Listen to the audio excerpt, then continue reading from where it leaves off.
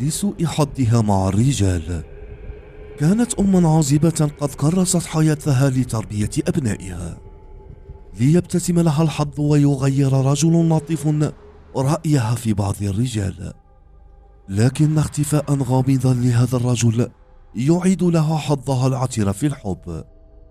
ما بدأ كقضية شخص مفقود، سرعان ما تحول إلى تحقيق في جريمة قتل مفجعة، وأسباب هذه الجريمة غريبة وللغاية. إليكم وثائقي تحقيقات جرائم القتل لقضايا تم حلها. لنشاهد.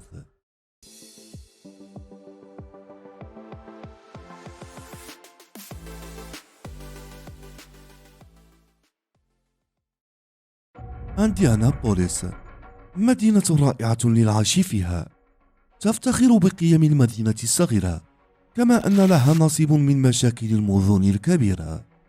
في 17 من مارس من سنة 2015 كان ضابط شرطة يقوم بفحص روتيني تحت جسر شارع ريموند على ضفاف النهر.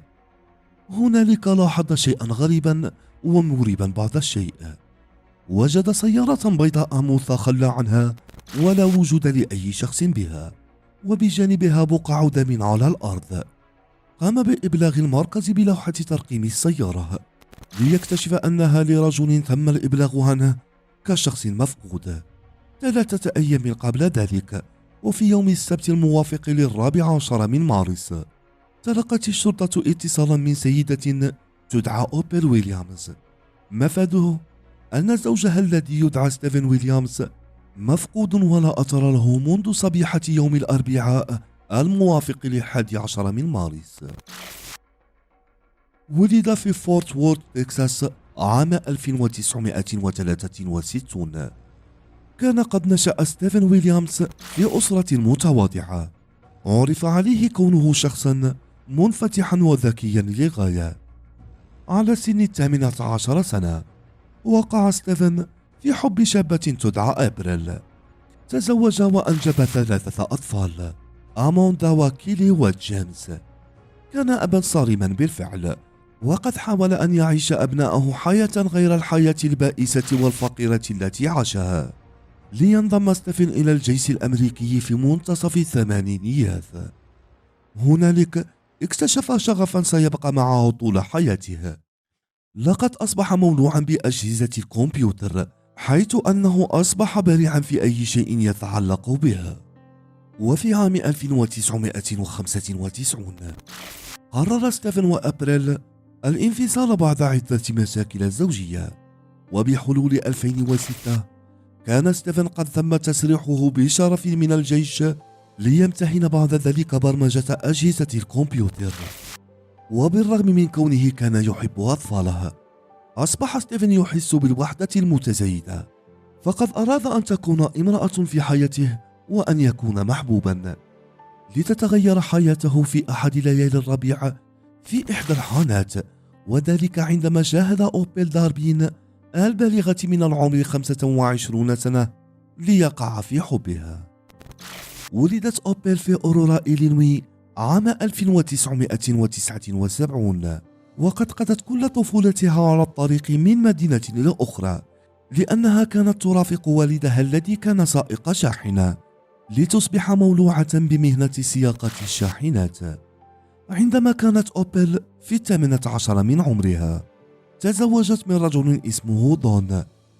كافحت هي وزوجها من الناحية المادية لتربية طفليها، ولكن بعد عامين فشل زواجهما ليتم الطلاق. عندما التقت أوبل ستيفن البالغ من العمر 42 سنة، كانت في منتصف معركة حضانة وبحاجة إلى بعض المرح، وقد كان ستيفن أكبر سعادة منها بالتقائه بها والخروج معها كل ليلة لتتطور علاقتهما ويصبحان عاشقان. آنذاك أخذ قرارا بأن يتزوجا ويعيشا تحت سقف بيت واحد. وبحلول سنة 2014 غادر أطفال ستيفن البيت بعدما كانوا يعيشون مع أبيهم، ليتركوا طفلي أوبل في المنزل الذي أصبح الآن شبه فارغ. آنذاك بدأ حلم طفولة أوبل يكبر في عقلها، وبدأت بتحقيقه، حيث أصبحت الآن سائقة شاحنة كبيرة. لكن حياتها على الطريق من مدينة لأخرى وضعت ضغطا كبيرا على زواجها بستيفن، ليبدأوا بالانجراف والابتعاد عن بعضهما. وبالرغم من ذلك لم يكونان مستعدان للتخلي عن زواجهما، ولم يكونان هما فقط من يواجهان مثل هذه المشاكل. ففي أغسطس من سنة 2015 تلقيا اتصالا من صديقة لهما تدعى ليندا. أوضحت لهم أنها بحاجة لوقت تبقى فيه بعيدة عن علاقتها مع زوجها ثون، وليس لديها مكان الآن لتذهب إليه، لذلك طلبت منهم المساعدة. اقترح عليها البقاء معهم في المنزل لغاية التوصل لقرار بشأن علاقتها الزوجية. وبعد وقت ليس بطويل علم ستيفن وأوبل بقدوم ضيوف آخرين، وذلك عندما طلبت أموندا ابنة ستيفن ذات 20 عاما العودة والعيش معهم هي وصديقها ستيفن برايان. 6 أشهر بعد ذلك وعلى سن 51 عاما أصبح ستيفن وأوبل جدين. كان المنزل كله سعيد رغم كثرة سكانه، ولكن في 17 من مارس من سنة 2015 وبعدما يزيد عن شهر على ولادة حفيدة أوبل وستيفن، انقلبت الحياة السعيدة لمنزل عائلة ويليامز رأسا على عقب. شرطة أنديانابوليس اكتشفت سيارة ستيفن مهجورة بالقرب من أحد الأنهار، وبالقرب منها بقعة من الدم على الأرض، لتتحرك فرقة تحقيقات جرائم القتل على الفور لمكان السيارة. وبالإضافة إلى الدم الموجود على الأرض، فتح المحققون السيارة ليزداد قلقهم بوجود بقع أرجوانية اللون على المقعد الخلفي للسيارة. كثف المحققون من عملية التفتيش لتشمل محيط السيارة وتحت الجسر، لكنهم لم يجدوا أي دليل ولم يجدوا أيضا ستيفن. تم أخذ السيارة لمعالجتها من طرف أخصائي البصمات والأدلة الشرعية.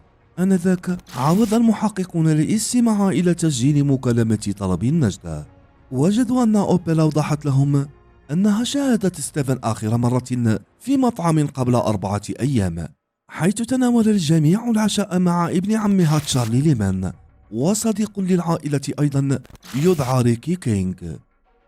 وعند انتهاء العشاء قالت أنها تشاجرت مع ستيفن وقد كان منزعجا، فأخذ سيارته وتركها معهم. اتصل المحققون بأوبل لتفاجئهم بأنها سافرت هي وصديق العائلة ريكي إلى أوكلاهوما، وذلك لأنهم يعتقدون أن ستيفن قد ذهب لرؤية ابنته البكر. وعندما سألها المحقق عن الخلاف الذي ذكرته أثناء اتصالها بالطوارئ، أجابتهم أنه خلاف يتعلق بحياتهم الزوجية والمنزلية المعقدة نوعا ما. وعندما أصر المحقق على معرفة نوعية هذا الخلاف، أجابت أنه توجد امرأة أخرى تسكن معهم وتدعى ليندا، وهي صديقة للعائلة، وقد لاحظت وجود علاقة غرامية تجمعها بزوجها ستيفن، بل أكثر من هذا، فقد اقترح عليها ستيفن أن تكون علاقتهما الزوجية منفتحة، وأن يفعل كل شخص ما يحلو له. ووفقا لأوبل فقد وافقت على هذه العلاقة المنفتحة لكونها كانت لا تريد ضياع 10 سنوات من الزواج، ولكنها بعد أسابيع قليلة أصبحت ليندا تهاجمها وتقول لها أشياء من شأنها أن تجعلها غاضبة. ووفقا لأوبل أيضا فقد كانت هي من طلبت في ليلة 10 من مارس من ستيفن مقابلتها في مطعم محلي لمناقشة القضية، والتي حضرها كل من ابن عمها تشارلي ليمان وصديق العائلة ريكي كينغ. وأضافت كذلك أنه عندما لم يعد ستيفن إلى المنزل في اليوم الموالي، قررت ليندا مغادرة المنزل. وقد كان آخر كلام قالته أوبل للمحققين مقلق فعلا، حيث صرحت أن ستيفن سبق له وأن حاول الانتحار، وذلك بقطع عروق معصمه. عاود المحققون الاتصال بأوبل لتخبرهم أنها ما زالت في أوكلاهوما مع صديقها ريكي تبحث عن ستيفن. ليخبرها المحققون أنذاك أنهم وجدوا سيارة ستيفن، ومن غير المحتمل أن يكون قد اتجه إلى أوكلاهوما، وأكدوا لها على ضرورة العودة فورا إلى إنديانابوليس من أجل التحدث إليها والحصول على بيان رسمي منها. أظهرت آنذاك للمحققين فرحة عارمة عند سماعها الخبر، وأنها ستعود لإنديانابوليس على وجه السرعة. في هذه المرحلة لدى المحققين أسئلة كثيرة وبدون إجابات. هل فعلا غادر ستيفن المدينة ببساطة للتخلص من التوتر، أم أنه غادر هو وليندا معا من أجل بدء حياة جديدة؟ لكن ماذا عن الذنب الذي تم العثور عليه بالقرب من السيارة؟ إذا تبين أنه يعود لستيفن فقد يكون في خطر كبير. هنالك عدة احتمالات: ربما تعرض لسرقة وتمت مهاجمته، واحتمال آخر ربما قام بإيذاء نفسه عمدا لكونه سبق وأن فعل ذلك حسب إفادات أوبل. وقبل أن تتاح للمحققين الفرصة لتعقب واستجواب ليندا، توصلوا بمكالمة مهمة من دائرة إطفاء إنديانابوليس تفيد أن شاهد عياني اتصل بهم لإخبارهم أنه شاهد شخصا يقفز في النهر من أعلى الجسر. انتقل المحققون جميعا إلى موقع الحادث، وأثناء القيام بالبحث في النهر تلقوا خبرا من مكتب التحليلات الجنائية يؤكدون لهم أن المادة الأرجوانية الموجودة في المقعد الخلفي هي دم، ودم كثيف للغاية. فهل حاول ستيفن قطع معصمه قبل أن يخرج من السيارة ويقفز من أعلى الجسر؟ تم تمحيص النهر بشكل جيد، ولا وجود لأي جثة داخل الماء، لكنهم اكتشفوا شيئا غريبا على طول الخط الساحلي. لقد تم العثور على سجادة ملفوفة أسفل الجسر وعليها بقع يعتقد أنها بقع دم قادمة من داخل السجادة، وبمجرد الاقتراب منها ظهر لهم رأس بشري ملفوف بداخلها. لم يلمس محققو الجرائم السجادة، وتم نقلها إلى مكتب الطب الشرعي للحفاظ على كافة الأدلة التي يمكن أن توجد بها ليكشف التشريح أنها جثة ستيفن ويليامز، وأنه قد تعرض لموت وحشي تم طعنه في الصدر، وقد كان ما زال حيا عندما تم قطع حلقه. الطبيعة الشنيعة لموت ستيفن بالإضافة إلى رواية أوبل جعل كل المقربين والمقيمين في المنزل محط اهتمام من طرف الشرطة. على الفور تم تعقب ليندا التي رجعت إلى منزل زوجها الأصلي، وعند الاتصال بها انصدمت عند سماع خبر موت ستيفن. أكدت لهم أن ليس لها أي دخل في الجريمة. ليس لدى المحققين أي دليل على تورط ليندا، لكنهم لا يستطيعون إخراجها من قائمة المشتبه بهم. وبحثا عن مزيد من الأدلة والمعلومات، استجوب المحققون العديد من أفراد عائلة ستيفن. أكد جل أفراد الأسرة أن ستيفن وأوبل قد جربا زواجا مفتوحا كما ذكرت أوبل، لكنهم أكدوا أن الفكرة لم تكن من طرف ستيفن، بل أن أوبل هي من اقترحت هذه العلاقة، وأن ستيفن قد عارض هذه الفكرة من الأول، فهو لا يريد أن يشاركه شخصا آخر حياته الزوجية. ولكن عندما بدأت أوبل بالبقاء خارج البيت لمدة طويلة، عادت لتجد ستيفن قد كون علاقة مع ليندا. آنذاك شعرت أوبل بأنهم أصبحوا أكثر انسجاما وتوافقا، بل أكثر مما كان عليه زواجها، ليحل الغضب والغيرة محل فكرة الزواج المنفتح، ويبدأ الاصطدام بين المرأتين والزواج كله في الانهيار. وبناء على هذه المعلومات الجديدة، شكك المحققون في طبيعة العلاقة التي تجمع بين أوبل وصديق العائلة ريكي، بل أصبحوا متأكدين من وجود علاقة غرامية تجمع بينهما، ليصبح ريكي واحدا من بين أهم المشتبه بهم. لحدود الساعة، فالمحققون لا يزالون ينتظرون عودة أوبل وصديقها من أوكلاهوما، وللتأكد من أنها فعلا لم تعد بعد، ذهب المحققون إلى المدرسة للتأكد من أن أطفالها هناك، ولم يعلموا أنهم على وشك الحصول على دليل جديد من شأنه أن يغير التحقيق. اجتمع المحققون مع ابن أوبل الأكبر، وبسؤاله عن ليلة 10 من مارس أخبرهم أنه كان لديه مسرحية في المدرسة ذلك المساء، وأن الجميع حضروا المسرحية وذهبوا إلى المطعم باستثناء ستيفن. بيان الصبي الصغير يتعارض الآن كليا مع قصة أوبل حول تلك الليلة. كما أضاف أن تشارلي وريكي قام باصطحابه وأوبل إلى منزل جدته، وقبل مغادرتهم سمعهم يقولون أن عليهم الذهاب من أجل إتمام العملية. بعد سماع المحققين لكل هذا الكلام، أصبحوا على يقين أن أوبل وصديقها لهم يد في جريمة القتل. عاود المحققون الاتصال مرات ومرات بأوبل هاتفيا، وعمدوا على أن لا يكشفوا لها خبر أنهم وجدوا جثة ستيفن. ألحوا عليها العودة سريعا. قالت أنها ستكون بالمدينة ليلا، وأنها عندما تصل سوف تتصل فورا بالمحققين. لكن كل هذا لم يحدث، فاضطر المحققون إلى مراقبة منزلها، وفجأة إذ بها تظهر هي وصديقها ريكي يخرجان من المنزل. على الفور تم اعتقالهما ونقلهما إلى مركز الشرطة من أجل الاستجواب. ومع بدء أخذ إفادات أوبل، ادعت أن ليس لها أي علاقة باختفاء ومقتل ستيفن، وعند سؤالها عن سبب كذبها بخصوص قضية المطعم والعشاء تلك الليلة، بدأ عليها التوتر، وقالت أن ستيفن رفض القدوم إلى مسرحية الابن وفضل البقاء مع ليندا في المنزل. وعندما اتصلت به من أجل مقابلتها في المطعم من أجل حل النزاع الذي بينهما، أتى ولكنه لم يبقى طويلا، حيث أنه دار بينهما شجار عنيف ليستقل سيارته ويعود إلى منزله. في تلك اللحظة قامت تشارلي وريكي باصطحابها هي وطفليها إلى منزل الجدة، وبسؤالها عن معنى الكلمة التي قالها تشارلي وريكي سنذهب من أجل إتمام العملية. قالت أنها اشتكت لهم أن ستيفن يخونها مع ليندا وأنها تتعرض لعنف منزلي، فقال لها أنهما سيقومان بالذهاب عند ستيفن من أجل محاسبته. أكدت أنها حذرتهم ومنعتهم من مقابلة ستيفن، وأنها ستحل مشكلتها بنفسها.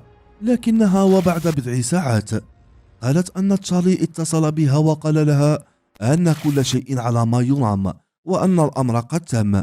قالت أنها استغربت ولم تكن تعلم ماذا حصل وما هو الأمر الذي تم، ليقول لها تشارلي أنه قام بتسديد طعنة لستيفن في الصدر.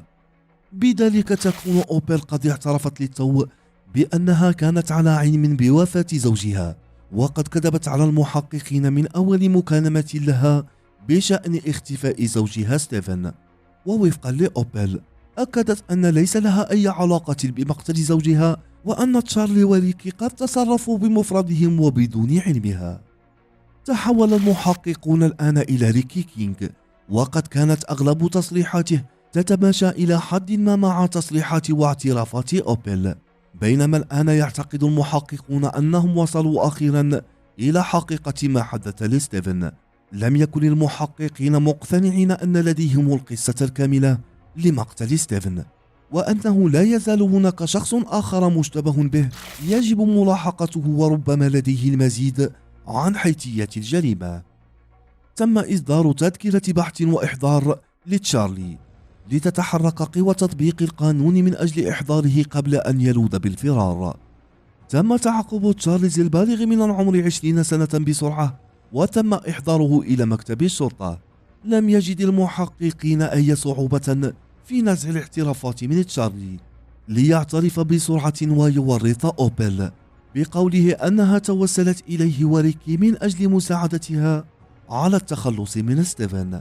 قالت تشارلي أنها أخبرتهم أنه يعنفها في المنزل ويخونها، ولجعل الأمر مربحا لهم جميعا قالت أن ستيفن لديه تأمين على الحياة بقيمة $100,000 وأنها ستشاركها معهم إذا تم التخلص منه. اعترفت تشارلي أنه وافق على قيام بقتل ستيفن لسببين: الأول لأنه كان منزعجا من العنف الذي تتعرض إليه أوبل، والثاني من أجل المكاسب المالية المحتملة من بوليصة التأمين. ووفقا لتشارلي فريكي أيضا وافق على العرض وبدون تردد. ليبدأ تشارلز يشرح للمحققين ماذا حدث ليلة 10 من مارس من سنة 2015. قال أنهم توجهوا إلى منزل ستيفن وأخبروه أن أوبل تعرضت لحادث ويجب عليه الذهاب معهم. لكن ستيفن عندما رأى ريكي يقترب منه شعر بالريبة ورفض الذهاب معهم، ليقوم ريكي بمسكه من ذراعه وإجباره على ركوب السيارة. ووفقا لتشارلز، أكد للمحققين أن ريكي كان يقود السيارة بينما هو كان يقوم بتعنيف ستيفن في المقعد الخلفي، وهذا ما يبرر تلك الدماء التي وجدت على المقعد الخلفي ليصلوا إلى المكان الذي وجدت به السيارة تحت الجسر. أوقف ريكي السيارة ليخرج تشارلي ستيفن ويقوم بطعنه في صدره، وعندما لم يمت ستيفن على الفور قاموا بتمديده على الأرض واتصلوا بأوبل وجعلوها تتكلم مع ستيفن. لقد كان لديها فرصة من أجل إلغاء كل تلك الأوامر وإبقاء ستيفن على قيد الحياة، لكنها وبكل برودة دم فعلت العكس وأمرت بإتمام العملية، ليأخذ تشارلي أمر التنفيذ ويقوم بقطع حلق ستيفن. ووفقا لتشارلي فقد حاول إخفاء الجثة باستخدام تلك السجادة التي وجدوها بالقرب من النهر. قاموا بلفه بداخلها ومن ثم بإلقائه في النهر، ليجتمعوا بعد ذلك في منزل أوبل للتخطيط لقصة اختفاء ستيفن. بالاعتراف الخطير لتشارلز، فإن أوبن لم تكن تعلم فقط بمقتل زوجها، بل كانت العقل المدبر والزعيم الآمر. أصدرت السلطات اتهاما رسميا لكل من تشارلز ليمان، ريكي كينغ، وأوبل ويليامز بتهمة القتل العمد من الدرجة الأولى. وفي فبراير من سنة 2016 أقرت أوبل ويليامز بأنها مذنبة بجريمة قتل وحكم عليها بالسجن لمدة 50 عاما. كما أقرت تشارلي ليمان بأنه مذنب بارتكاب جريمة قتل وتلقى 55 عاما من السجن خلف القضبان. كما دفع ريكي كينغ أيضا الثمن وحكم عليه بالسجن لمدة 45 عاما. وبالرغم من إلقاء القبض على هؤلاء المجرمين وأخذهم للعقوبة العادلة، ما زال من الصعب فهم لماذا قامت أوبل بهذا العمل الشنيع ضد رجل قام بإحياء الحب المدفون في قلبها وغير لها الحظ العكر مع الرجال.